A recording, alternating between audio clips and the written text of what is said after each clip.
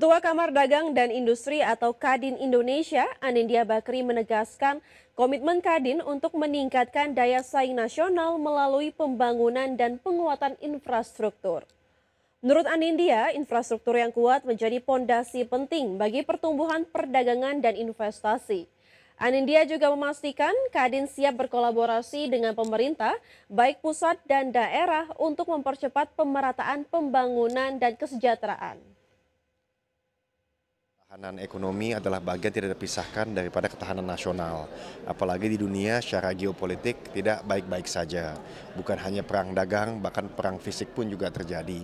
Oleh karenanya kami dari dunia usaha merasa terpanggil, apalagi menuju ke 17 Agustus ke 80 kemerdekaan untuk merapatkan barisan, konsolidasi ke dalam. Kami ingin sekali berbuat lebih banyak lagi dan ingin memastikan bahwa Indonesia Inc. itu nuansanya gotong royong, semua ikut, bukan hanya naik kelas tapi naik kelas. Pemirsa, Menko Infrastruktur dan Pembangunan Kewilayahan Agus Harimurti Yudhoyono mendorong peran aktif pelaku usaha untuk berinvestasi di sektor infrastruktur dengan memanfaatkan skema kerjasama antara pemerintah dan badan usaha atau KPBU. Hal tersebut disampaikan AHY dalam retret Kadin 2025 di Magelang.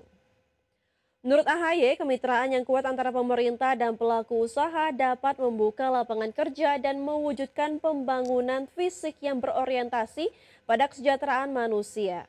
Sebagai tulang punggung pembangunan, penyediaan infrastruktur juga menjadi modal awal untuk mencapai kesejahteraan rakyat, meningkatkan akses dan ketahanan energi, hingga meningkatkan kualitas sumber daya manusia dengan akses pendidikan dan perumahan yang layak.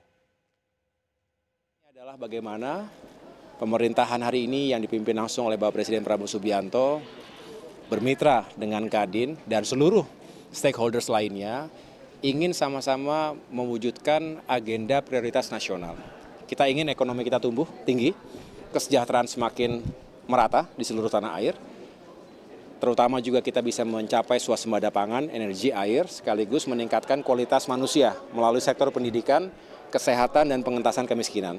Infrastruktur menjadi sangat penting dan bahkan tentunya menjadi tulang punggung dari setiap pertumbuhan dan pembangunan. Oleh karena itu saya tadi sesuai dengan amanah yang saya jalankan hari ini tentunya menyampaikan kepada para peserta, para pengurus Kadin untuk bisa memahami apa saja yang bisa menjadi peluang untuk pembangunan infrastruktur dan kewilayahan 5-10 tahun ke depan. Pemirsa, Bank Indonesia menggandeng 12 bank pionir anggota Inisiatif Keuangan Berkelanjutan Indonesia untuk mempercepat pembiayaan hijau bagi pelaku UMKM.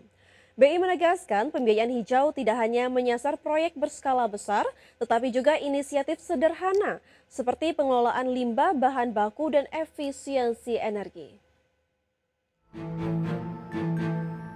Bank Indonesia menggandeng 12 bank pionir anggota Inisiatif Keuangan Berkelanjutan Indonesia untuk mempercepat pembiayaan hijau bagi pelaku UMKM. Deputi Gubernur Senior BI Destri Damayanti menilai edukasi konsep hijau sejak dini kepada pelaku UMKM menjadi sangat penting mengingat sektor ini mencakup 99% dari total unit usaha di Indonesia.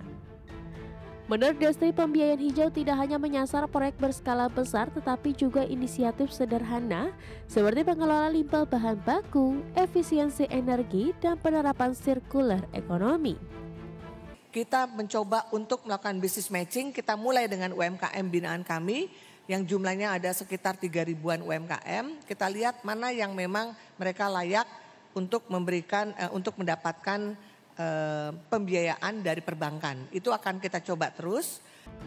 Hingga 1 Juli 2025 BI telah menyalurkan insentif likuiditas makroprudensial sebesar 33,7 triliun rupiah untuk mendukung pembiayaan sektor perumahan hijau dan kendaraan listrik. BI juga memperluas dukungan melalui pendampingan bisnis, business matching, dan penguatan pasar keuangan hijau. Salah satunya dilakukan lewat pembelian surat berharga hijau sebagai bagian dari instrumen operasi moneter dan cadangan devisa. Dari Jakarta, Tim Liputan IDEX Channel. Kembali di IDEX First Session Closing, pemirsa. Otoritas Jasa Keuangan bersama pemangku kepentingan terkait menegaskan komitmen untuk memperkuat 3 pilar pengembangan pasar modal Indonesia. Langkah ini diharapkan mendorong pertumbuhan ekonomi yang inklusif dan berkelanjutan.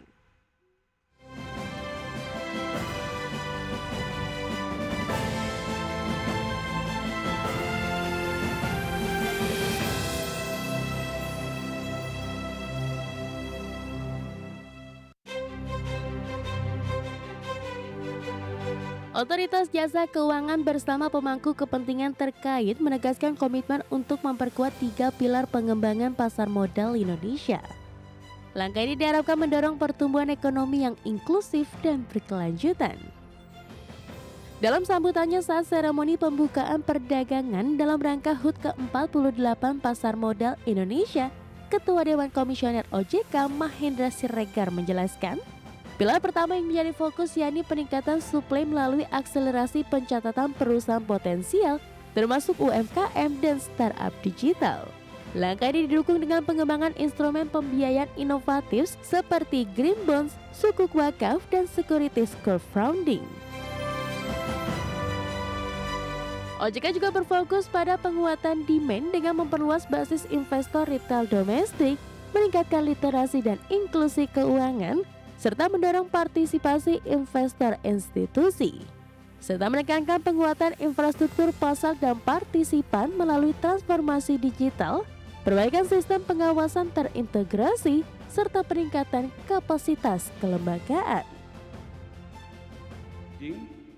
Dalam menjawab arah kebijakan pengembangan pasar, OJK bersama seluruh stakeholders di pasar modal terus memperkuat 3 pilar utama pengembangan pasar modal.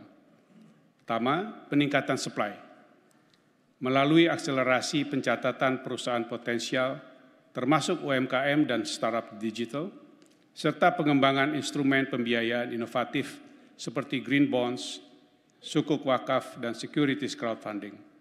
Kedua, penguatan demand dengan memperluas basis investor retail domestik, meningkatkan literasi dan inklusi keuangan, serta memperluas partisipasi investor institusi. Ketiga, penguatan infrastruktur pasar dan partisipan melalui transformasi digital, perbaikan sistem pengawasan terintegrasi, dan peningkatan kapasitas kelembagaan. Dan selanjutnya, isu keberlanjutan masih menjadi prioritas pengembangan pasar modal kita. Mahendra meyakini pasar modal Indonesia akan semakin strategis dalam mendukung agenda pembangunan nasional sesuai Asta Cita 2025 sampai 2029. Dari Jakarta, Tim Liputan IDX Channel.